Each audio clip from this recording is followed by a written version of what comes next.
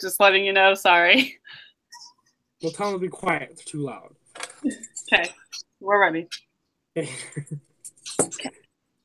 All right, so today I'm going to be teaching the lesson on, where did it go? So using addition and subtraction within 100 to solve 1- and 2-step word problems involving situations of adding to, taking from, putting together, taking apart, comparing with unknowns. I'm going to focus mainly on the add to and take from, just because there's a lot to go over. So I'll probably use the interactive whiteboard, individual whiteboards, like the connect together blocks, then computers with the games and manipulatives on them. I also use slideshows, and then a part whole map, which each student would have one and they would look like that. And so we'll work through problems where they can put the parts that they know into that. So to start with, I would ask this class who are sitting all together with somebody next to them that you can turn and talk to, and we'll go, when you are working on a word problem, how do you know whether you should add or subtract? Would you guys turn to a partner, discuss for a couple seconds, minute, whatever. Okay, and then I'll bring it back to discuss. So what did you guys think?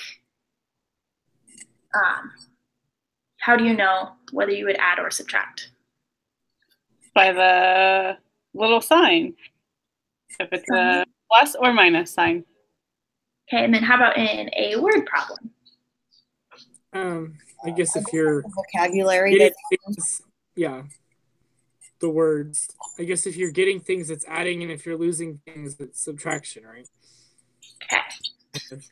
So then, from this discussion within the class, I would hope to hear keywords, which I would write the keywords on the whiteboard, so we can kind of look back on what they are. I would anticipate words like all together, together, and all, add, difference, take away, left, fewer than, subtract, and how many. So then at this time, I'll go into a presentation and explaining what an add to problem would look like. And I would have examples like, so each add to and take from have 3 categories within them: the result unknown, change unknown, and the start unknown. So this class will have to be able to break these apart. And so I would have, you can't see it really that well, but I would have these in the presentation. It kind of shows like an equation or a word problem with the equation and what it would look like with this map. So for like a result unknown, an add to category would be Kim has 23 cookies. She baked 18 more cookies. How many does she have now? So that would be an equation. 23 plus 18 equals what?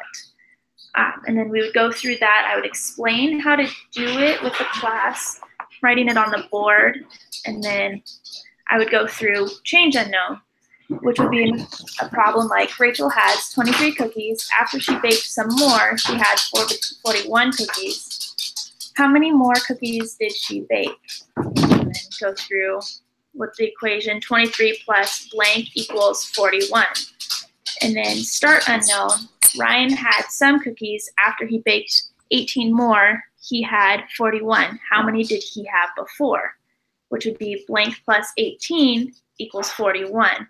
And so with those, you would write it in the, for like the result unknown, we'll just go with that one. So he had 23 cookies, so you'd put that in this first one. He got 18 more, and so you would write those numbers in there, and then up here would be blank. So then that's when you're trying to figure out what this final number is, where you would set up the 23 plus 18. After going through all of those, I would then have some other equations on the whiteboard or in the presentation that we would work together to solve. So they could use different means of engagement at this time, which would be their own part-whole maps. They could do their individual whiteboards or the small put-together blocks. And so I would put the equations or the word problems on the presentation, and so then I would say what it is, and it would be visually up on the whiteboard, and be like, if Tim has 41 CDs, he gives away 23. How many does he have now? And so we would do stuff like that, and I would ask them to engage with their partners next to them, to read what the question is, think about what it's asking, and then determine if it's add or subtract. And then would it be result unknown, change unknown, and start unknown. And then I would look to see what each student at this time is writing down, how they're going about solving it, and then we would solve it together after we get each input from each student. And then after going through about 5 problems worth, I would let them break up into little groups to do stations. They'll have a worksheet with about 10 problems for them to do throughout these different stations. And so I would have a station with the part-whole charts where they would have to solve certain problems with those. And then there'd be a station with the computer, which has games or the manipulative, so that they can use that to visualize what each problem would look like. And then another station would be with like blocks or popsicle sticks, so they can actually have those numbers in their hands and kind of put them together to solve. And at this time, I would walk around checking in with each group, kind of getting engagement and answering questions. And I would guide them using questions at this time instead of just coming straight to say like, hey, this is how you do it. I want them to kind of think about what they're doing, why they're doing it. And I would ask things like, so is this trying to figure out, are we adding or are we subtracting? Do we know the result? Do we know what we're starting with? Trying to get them to determine what the problem is asking. And then after we finished with all of those stations, I'll bring them back together and ask for them to discuss with each other, and then as a class, what the relation between adding and subtracting is with an equation, how they can determine. And at this time, I would hope to hear them say stuff about like a whole, the part, adding or subtracting. And then I would collect that worksheet at the end, and then kind of go from there to see like which students need more help, who actually understood, and then if we need to move on or not. And that is what I have. All right. Good job. Yeah, that was very detailed. Yeah, it was. I've never heard of that, like that little diagram, like that part whole thing. So that was sure, yeah. Did you make that up or like? I saw it on a website somewhere, and it was for a different class actually that I saw it. So, well, this would relate perfectly for this lesson. Yeah, I like that. Gosh, sorry, gosh, it's late. But yeah, I like that a lot. You had a lot of different options too. Like the worksheet had a lot of different things that I saw that was good. Your formative assessment at the end, to check up, like you want them to like discuss, and then you listed out keywords that you really wanted to hear, which I think is good because like those keywords kind of show the understanding of it. Anything else? I don't really have anything else. No, I mean, it was good. Unique. Let's see. I should write stuff down that I have thoughts in my head.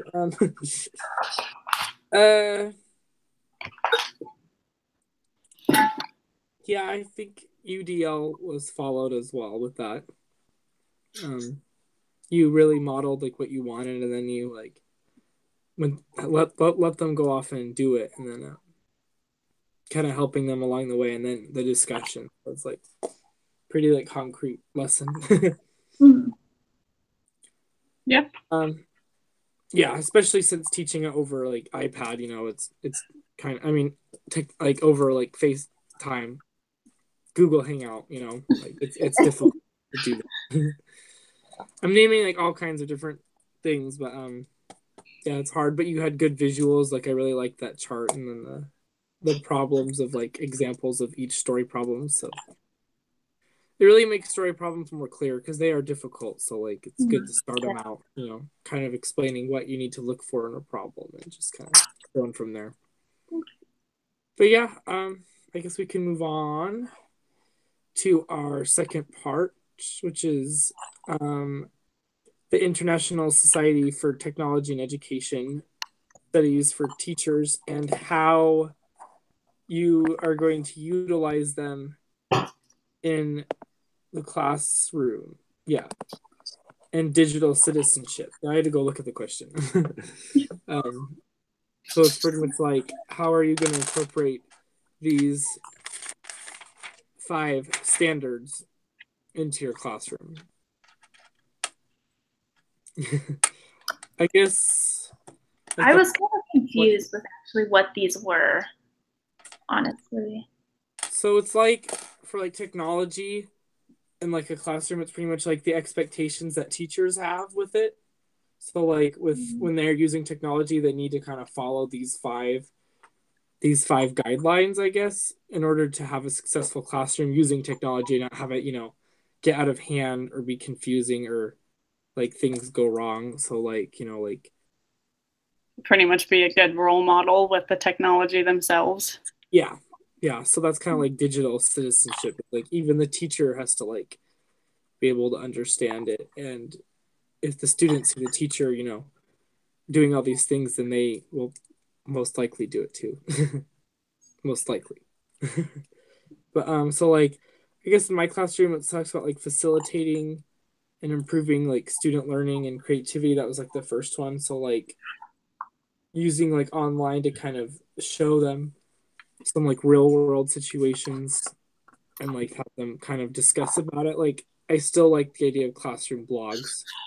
Like that's using technology to kind of discuss with each other. It's kind of like it's kind of like a message board, and they can like respond to each other and like list good points, and it works on their grammar and their sentence structure skills. And then it also uses technology responsible because or like creativity because it gives them free reign to kind of discuss what they want about the topic, and then they can kind of like jump off their ideas and not like be judged for it, you know.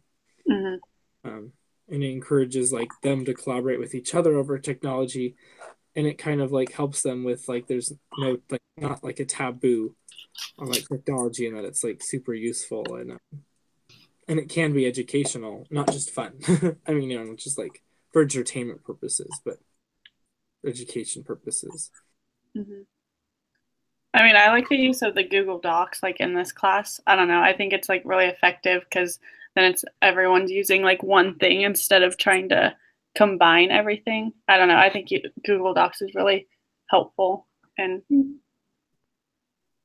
yeah, and it's like free and like it's actually really easy to use. You just share a link and yeah, I was gonna say it's not that difficult to figure it out and consistent, so it's not gonna change every time you try and use it for something different.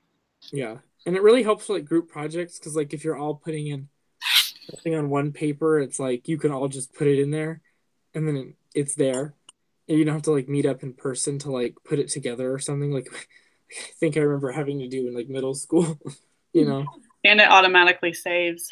Yeah, it like saves like every time you type something, every time like it'll like save. Yeah. And it can always be backed up too in case you delete it. I've done that. Oh my gosh. That's terrible. But that's a good thing. Talked about designing and developing a digital age learning experience and assessments. That was the second one. I guess you can do like fun like utilize technology to kind of create assessments that are, I don't know, a little bit more than just like a worksheet, you know. Or like I like Kahoot. That was fun. Mm. Yeah. Yeah, you guys remember that? Yeah. I don't Yeah. know. Like with kids, they don't really have phones. Well, some of them do, but like I don't know. I don't know how you do it in like a younger classroom. Kahoot it. They probably have like clickers, or like they could just answer as a class on whiteboards or something. Yeah, or I was gonna say like you could have like several like different like laptops and have a couple students share laptops, and then like collaborate and then answer the question. And then you get like a fun nickname, and it's a really fun way, and it's kind of competitive, and they like learn a lot and get to like share their knowledge, which I would probably do a lot of like the Kahoot it stuff in my classroom. Yeah. And stuff like it. Yeah. With such a digital age, I think that also makes it easier for kids to relate to what they're learning by including those different technology. It's just more relatable. Well, yeah, and with like iPads and stuff, there's so many different apps that can be used for anything. Mm-hmm. Like for one of my classes, I have to meet with like a reading specialist, and they use laptops, and there's like a million reading apps that like these kids use, and so it's like, I don't know, the digital age now is so crazy that it's like there's an app for everything. Yeah, like definitely utilizing those in the class, like in like a controlled setting, Yeah. is it could be really beneficial to like a lot of differentiation of like lessons, if like, because it might make a kid understand something better. I mean, Mm-hmm. some people like to say like, oh well, I didn't have that as a child and I turned out fine. Well, it's like, why can't we utilize like what we have now? Like it's like such a taboo, it seems like, Yeah. about certain things. Like don't use technology because back in the day we didn't have technology, so it's obviously bad. But like, I don't know, maybe yeah, it's, I feel like it's a good thing and bad. But like for like in a controlled, like you, if you follow these guidelines, it can be super helpful in a classroom. Mm-hmm. And definitely it encourages like engagement. And I feel like, because like you said, kids love technology because kids nowadays have been grown up with it, like, so they, oops, broke my pencil. So they so they like they get like stimulated by it. So like if it's in a classroom, I feel like they do like pay attention more with that. Yeah, because like the kids that I work with, when they like hear that they're gonna be on the iPad, they get like super excited. Like that's their favorite part. Mm-hmm. Yeah, I have like the same thing. So um, and then we talked about demonstrating technological fluency. Like I don't know, that stuff's kind of like what's the word? It's like digital language or digital etiquette or something like that. I don't remember. Oh yeah. Like teaching like kids like how to respond to each other online, and you can't just use abbreviations, and like, you know, and you should practice proper grammar even online, and then like even like how to like respond to someone like appropriately and like in a sentence structure. I feel like that's yeah, important. not all capital letters. So Yeah. you're not yelling at them. Like, yeah. Yeah, I mean, I think that's super important because, I mean, people text or talk, however, but then they translate that into their work sometimes, which is not the best thing. So if people can just or Yeah, students can just professional. practice that, and making sure that it is in a respectful and appropriate language and tone, for school and whatever, that would be helpful.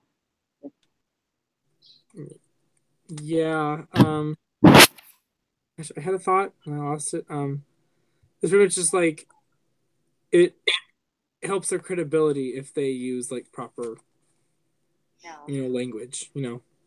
Proper language skills. Like they talked about like false websites that are like have constant errors are like not credible websites. So like it's kind of the same thing for like responses of like online. It's like if they're not going to be like properly like grammatically or like have proper etiquette, then they're not going to be credible and they're not going to be taken seriously with their response.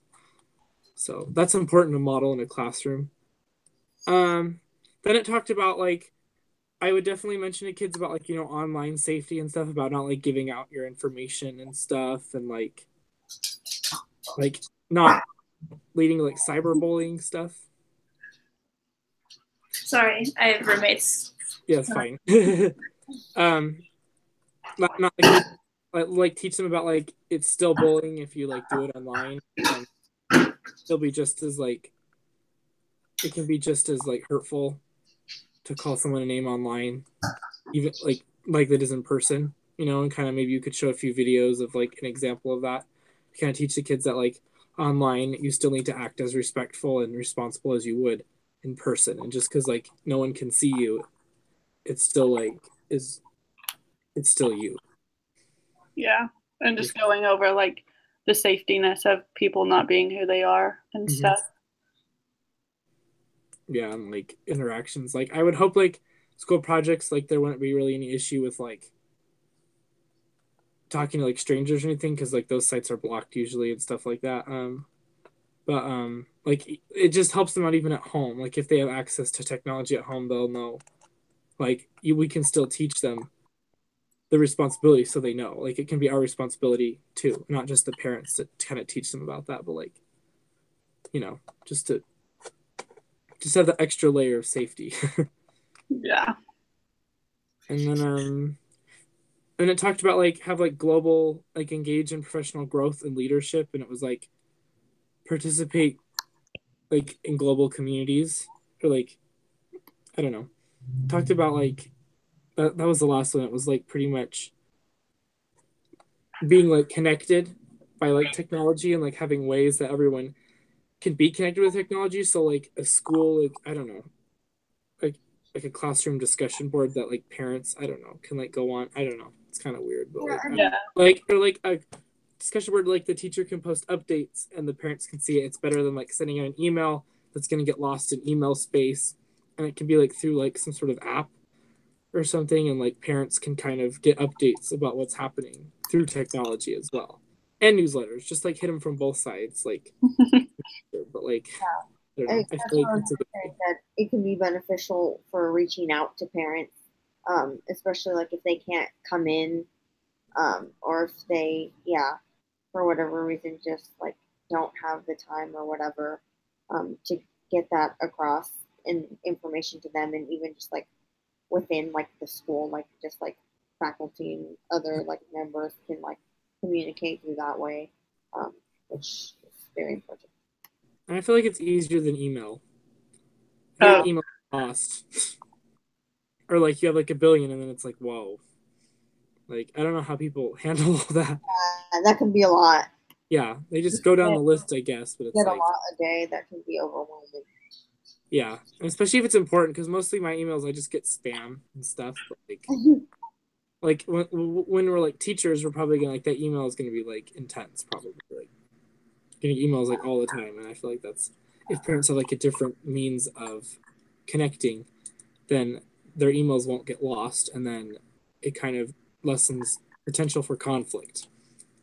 Yeah, and like they can see like what other people like questions or comments that other people have too. Whereas like if it's just the parent emailing the one, then it's just that one the teacher with that one parent. Whereas like several other parents may have that concern or whatever, or may like not have had that thought or whatever, which then they like appreciate first like having the availability to see that, so they can try and help with that. I don't know. Yeah. Yeah, it stops repetition, that's for sure. Like as the teacher. I'm gonna say the same thing over and over again. Yeah. Yikes. that would get exhausting. But I think we all talked about like what we want to incorporate really, and I think it was kind of a lot. It was very technological. The article was, so it's kind of.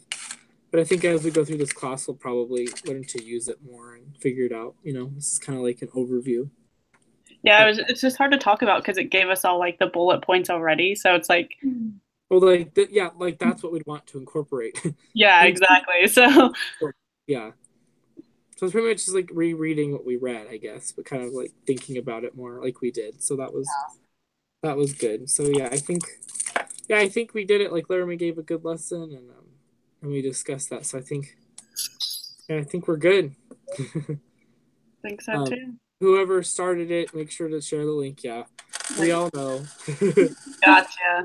We all know that process. But and then Maya, you're the note taker, so Yeah. We know the drill by now. We're experts. Finally. But yeah, I guess we will talk next week. This is like the last one of the Google Doc. I think she shares a new one with us. Okay. I asked somebody about it and they said that she shares a new one. I don't know why, but Okay. yeah. Okay. But yeah. All right. Yeah, we'll see you guys next week. Peace out. Yeah, Bye. bye.